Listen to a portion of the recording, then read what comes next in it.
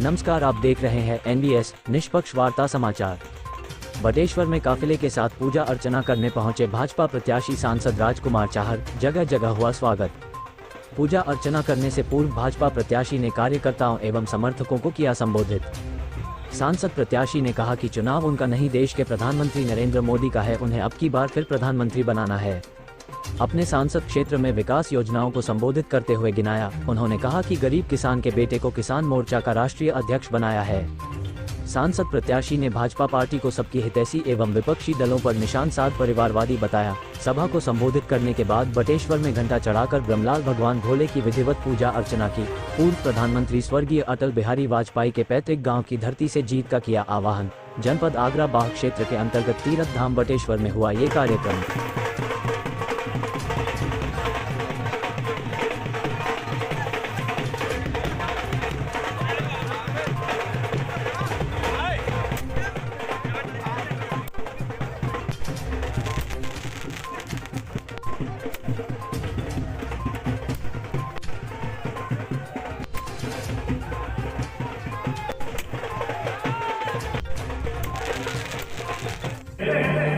हमने घंटा बोला था पिछली बार कुछ समय पहले, और अनेक महीने से ये तैयारी चल रही थी कि घंटा चढ़ाने जाना है और घंटे के लिए कई बार समय भी तय हुआ, पर कहते हैं ना, बिना ईश्वर की कृपा से कुछ हो नहीं सकता। जब तक समय नहीं आता है तब तक कुछ नहीं हो सकता। अब मुझे क्या पता था कि घंटा भी जब चढ़ेगा जब भारतीय जनता पार्टी दोबारा से मुझे सेवा करने के लिए आपके बीच में भेजेगी, इसलिए ये दोबारा घंटा। ये बटेश्वर नाथ की पवित्र भूमि है, ये यमुना जी का किनारा है, और ये बटेश्वर की नगरी, ये सौरीपुर, ये पूरे देश और दुनिया में सब जानते हैं। और मैं इस भूमि को इसलिए भी नमन करना चाहता हूं कि जिस नेता को मैंने अपने हृदय में हमेशा बसाया, जो नेता हमारे जन जन का प्रिय हुआ, जिस नेता ने बटेश्वर से चल करके पूरे देश और दुनिया में बटेश्वर का ही नाम रोशन किया, भारतीय जनता पार्टी का नाम रोशन किया, ऐसे देश के पूर्व प्रधानमंत्री अटल बिहारी वाजपेयी की जन्मभूमि इस बटेश्वर को मैं प्रणाम करता हूँ। चुनाव में टिकट देके मुझे भेजा। एक तो मैं कहना चाहता हूं कि मेरे जो वक्ता अभी कह रहे थे कि ये राजकुमार चाहर, राजकुमार चाहर, राजकुमार चाहर, साथियों 2019 में भी राजकुमार चाहर का चुनाव नहीं था और 2024 में भी राजकुमार चाहर का चुनाव नहीं है। ये तो मोदी जी को प्रधानमंत्री बनाने के लिए ये चुनाव आया है। सवाल राजकुमार चाहर का नहीं है, सवाल किसी हेमंत शर्मा का नहीं है, कन्हैयालाल गुप्ता का नहीं है, किसी मेंबर का नहीं है, किसी व्यक्ति का नहीं है। ये सवाल है 2024 में फिर एक बार मोदी सरकार, अब की बार 400 पार, देश की जनता इंतजार कर रही है चुनाव। कमल का चुनाव चिन्ह, मैं तो एक व्यक्ति हूं, एक नाम है। मैं इतना जरूर मैं बताना चाहूंगा, बटेश्वर धाम का भी पिछली बार भी जब लोकसभा का चुनाव आया था तो मैंने आपके बीच में बात रखी थी। मैं एक जानकारी और देना चाहता हूं। अभी कल हमारे ब्रज क्षेत्र के भारतीय जनता पार्टी के कार्यालय के तरफ मुझे आपके बीच में भेजा, और उसके बाद आपको याद होगा 2019 में आपने विजय श्री दिलाई, तो विजय श्री कोई छोटी मोटी विजय श्री नहीं थी। वो विजय श्री कितने की थी?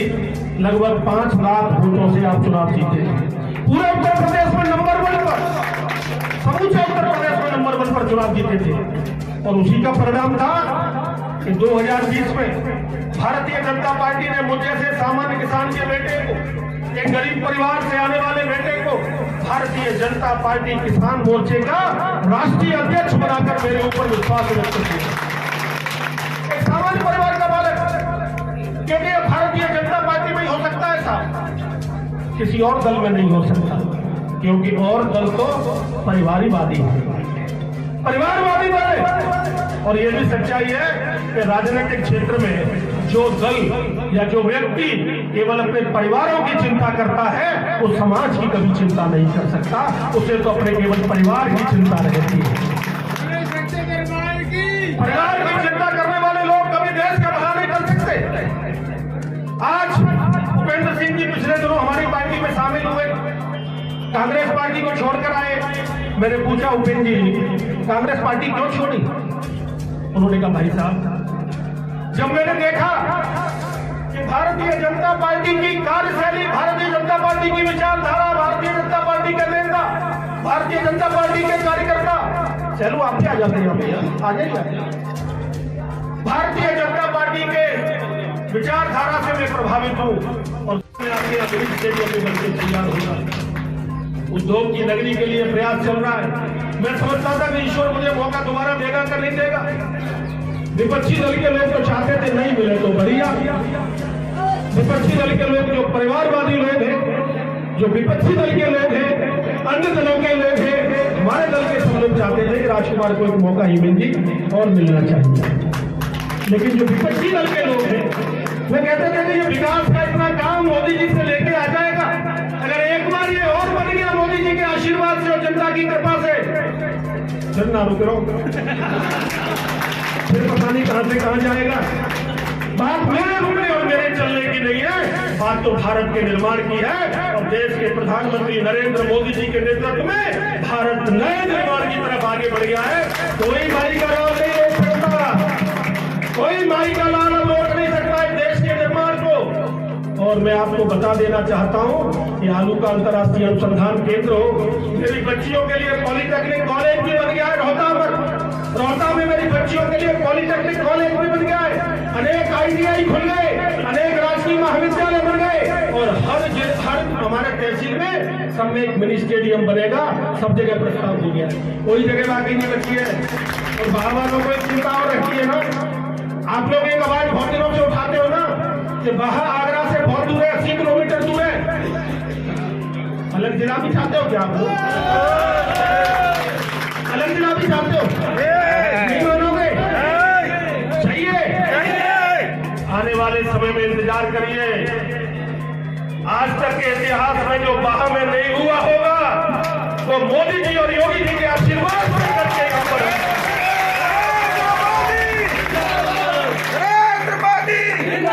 जगनेर का क्षेत्र बहुत दूर है। जिस प्रकार से मेरे बाह का क्षेत्र जिला के मुख्यालय से दूर है, मेरे जगनेर का क्षेत्र भी बहुत दूर है। वो समय भी आएगा कि आज जगनेर के अंदर ब्लॉक है तो जगनेर में भी तहसील बनवाएंगे और अकोला को भी तहसील बनवाने का काम करेंगे, जिससे कि पूरे जिले के अंदर इन 5 वर्षों के अंदर मैंने विपक्षी दलों की राजनीति को भी बहुत समझा है। मैंने 5 वर्षों के अंदर फतेहपुर सीकरी लोकसभा क्षेत्र की बारीक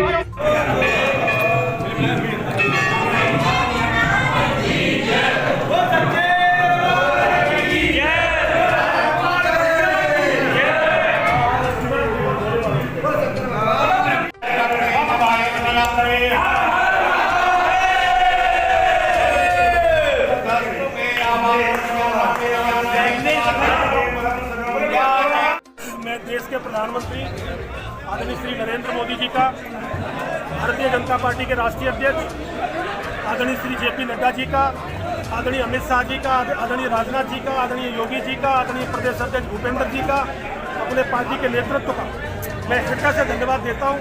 मैं जनता का भी धन्यवाद देता हूँ कि उन सबके आशीर्वाद से उन्हें भारतीय जनता पार्टी ने मुझे सेवा का अवसर प्रदान किया। अभी तक मैंने आपको बताया गंगा जल की योजना हम लेके आए हैं, मोदी जी ने दी है।